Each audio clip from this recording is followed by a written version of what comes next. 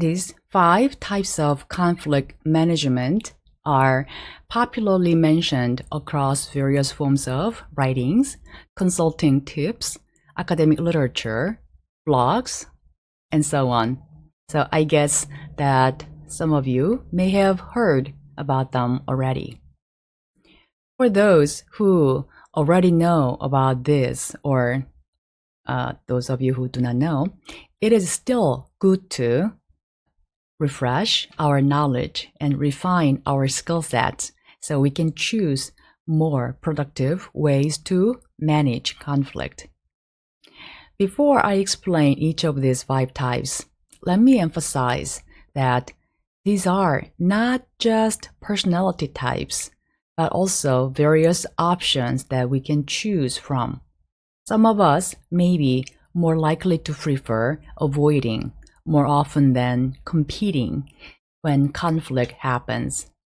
That might be built in our stable personalities, but we can still choose competing as a management tool when competing is the best way to handle a conflict for a certain outcome. Conflict management is not an easy skill to acquire. So we need to keep making efforts to improve our skills to handle and resolve conflict, probably over the course of our natural life. And one size does not fit all. Every conflict is different, meaning there's no one right way to manage them all. A lot of factors play into which method is best for resolving conflict. Consider these 5 styles all before deciding on which one to use. Choosing the right conflict management style can be the difference between resolution and uncertainty. This style rejects compromise and involves not giving in to others' viewpoint or wants. One party stands firm in what they think is the correct handling of a situation and does not back down until they get their way. A competing style is for all you headstrong folks. With this approach, you take a firm stance and refuse to budge until you get what you want. You are unmoved. You're unmoved by the perspectives of the other parties involved in the conflict. This is not a style that should be relied upon heavily. There's a pros for using this style, like managers using this style show that they are strong and they will not back down on their principles. Disputes are solved quite quickly if you use this style, as there is no space for any disagreement or discussion. But there's also cons, like a downside of using this style. Managers using this style will be seen as unreasonable and authoritarian. Handling conflicts by crushing any dissent will not lead to happy, productive employees, nor will it not it will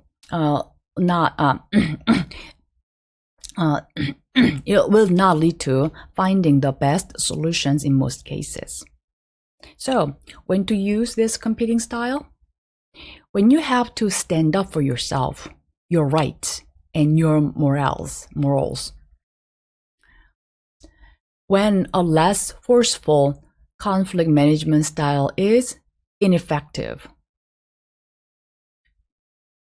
When nothing else is working for you and you have reached your last resort. Personal beliefs, values, and needs are not worth compromising on. So when those are at stake, you can stand strong when fighting for something that means a lot to you. But competing style shouldn't be the only and frequent choice for conflict. This style is about simply putting the other party's needs before your own. You allow them to win and get their way. Accommodation is for situations where you do not care as strongly about the issue as the other person. If prolonging the conflict is not worth your time, if you think you might be wrong, then this is a quite good strategy. This option is about keeping the peace, not putting in more effort than the issue is worth, and knowing when to pick battles. While it might seem somewhat weak, accommodation can be the absolute best choice to resolve a small conflict and move on with more important issues. This style is highly cooperative on the part of the resolver, person who resolves the conflict, but sometimes it can lead to resentment. So the good benefit of using this style, the pros of this style: small disagreements can be handled quickly and easily with a minimum of effort. Managers can build a reputation as an easygoing person, and employees will know that they can speak their mind about problems without reprisal. But there's also a downside of using this style. Managers might be viewed as weak if they accommodate too often. Using this technique with larger or more important issues will not solve any issues in a meaningful way and should absolutely be avoided.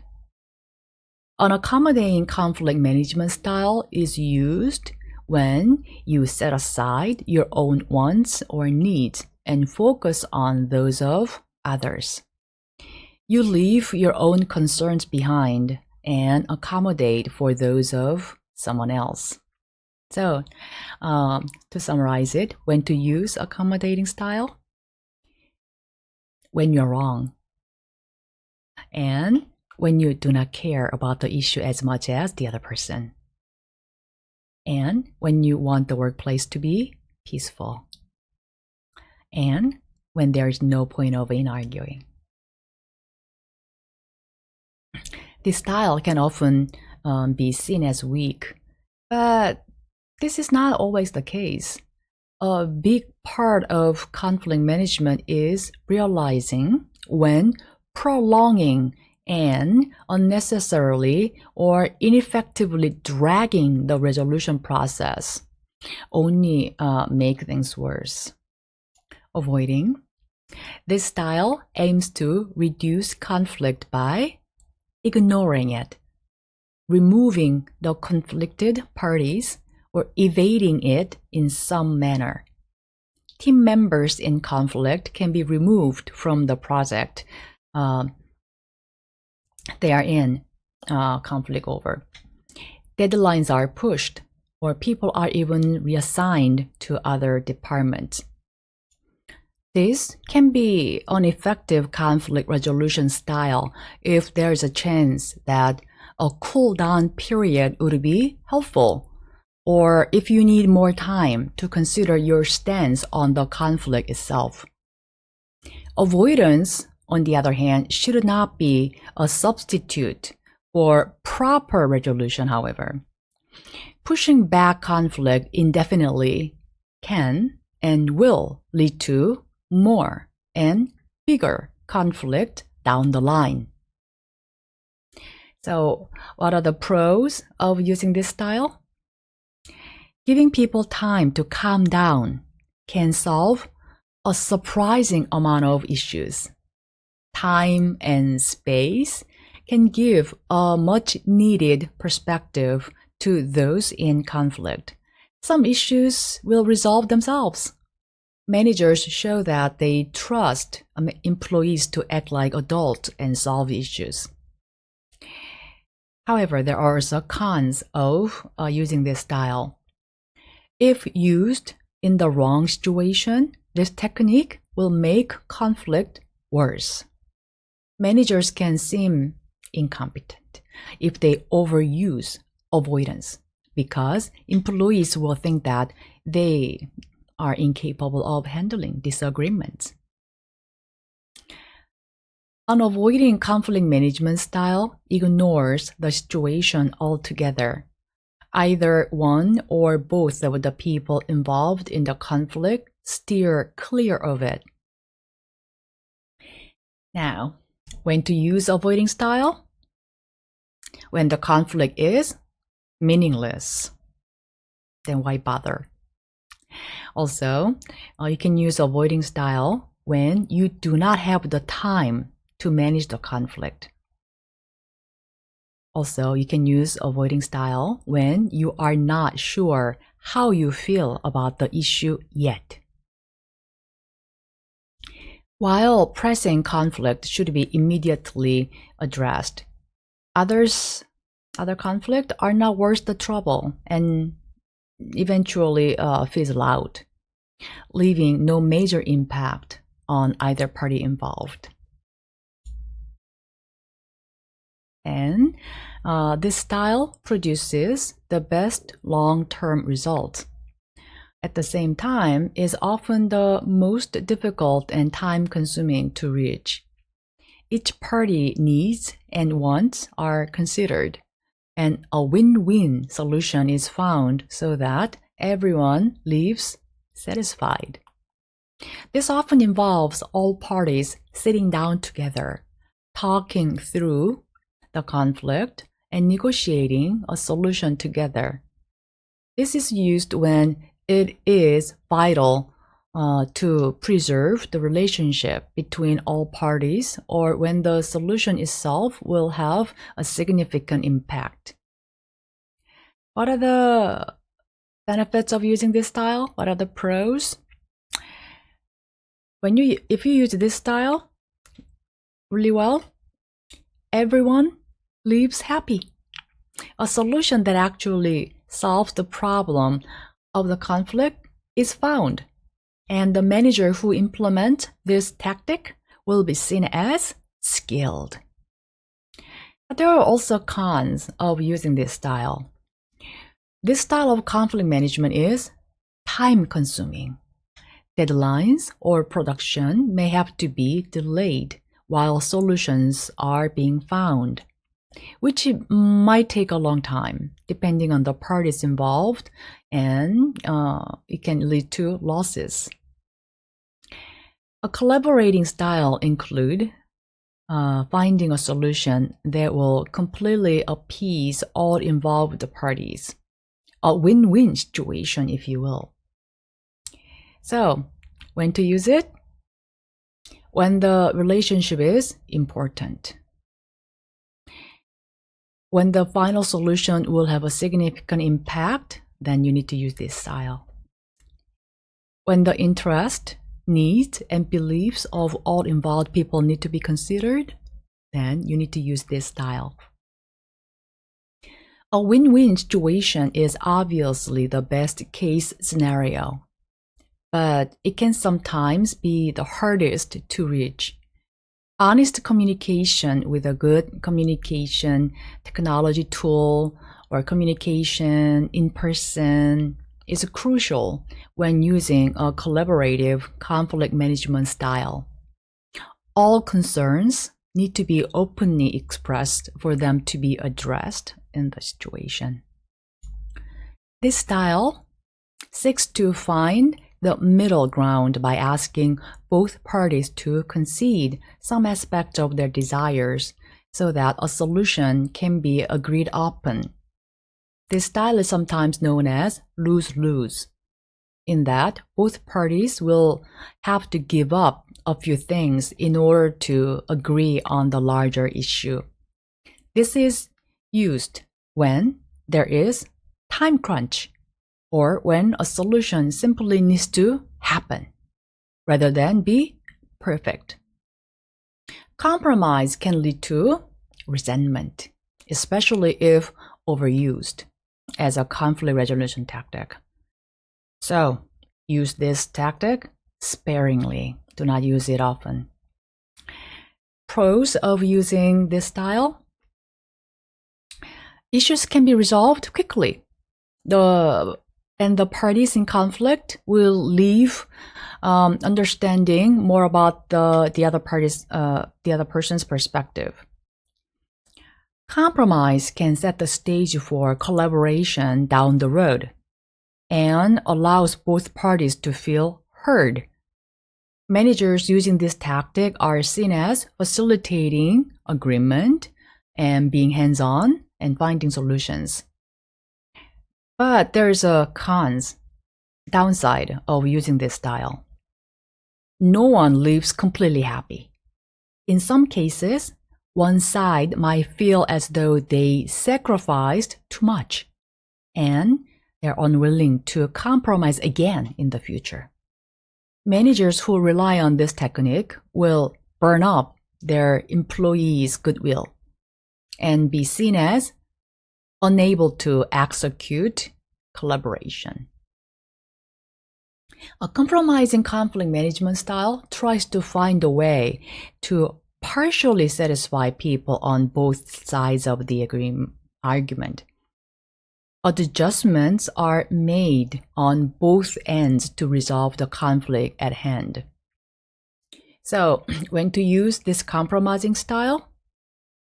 When reaching a solution is more important than the solution itself. You can use compromising style when you need a temporary solution. Also, when you are at a standstill. While both parties will not be fully pleased with the end result, sometimes compromise is your best bet. These 5 styles are summarized in this slide and the next slide. As shown in this slide, competing is highest in terms of assertiveness. Avoiding is not assertive at all. Avoiding is not considered as cooperative since you are not making any sincere efforts to resolve the conflict. On the other hand, collaborating and accommodating can be evaluated as high in cooperativeness. Collaborating is high in both assertiveness and cooperation. Both parties openly express their concerns and are active in voicing and hearing out. Competing style is high in emphasizing my own needs and very low in acknowledging or understanding the needs of the other person. Avoiding indicates not caring my needs and also not caring about the other's needs. The style high in attention to both needs is collaborating. I'd like to offer a word of caution here about compromising.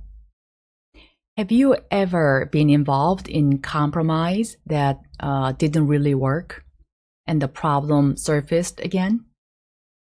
Did the compromise represent good problem solving, or was it just a convenient and comfortable way out of conflict? In our everyday language and layperson's naive point of view, compromising may sound okay, and it may produce good enough outcomes. But we need to think about the potential negative outcomes of compromising as well.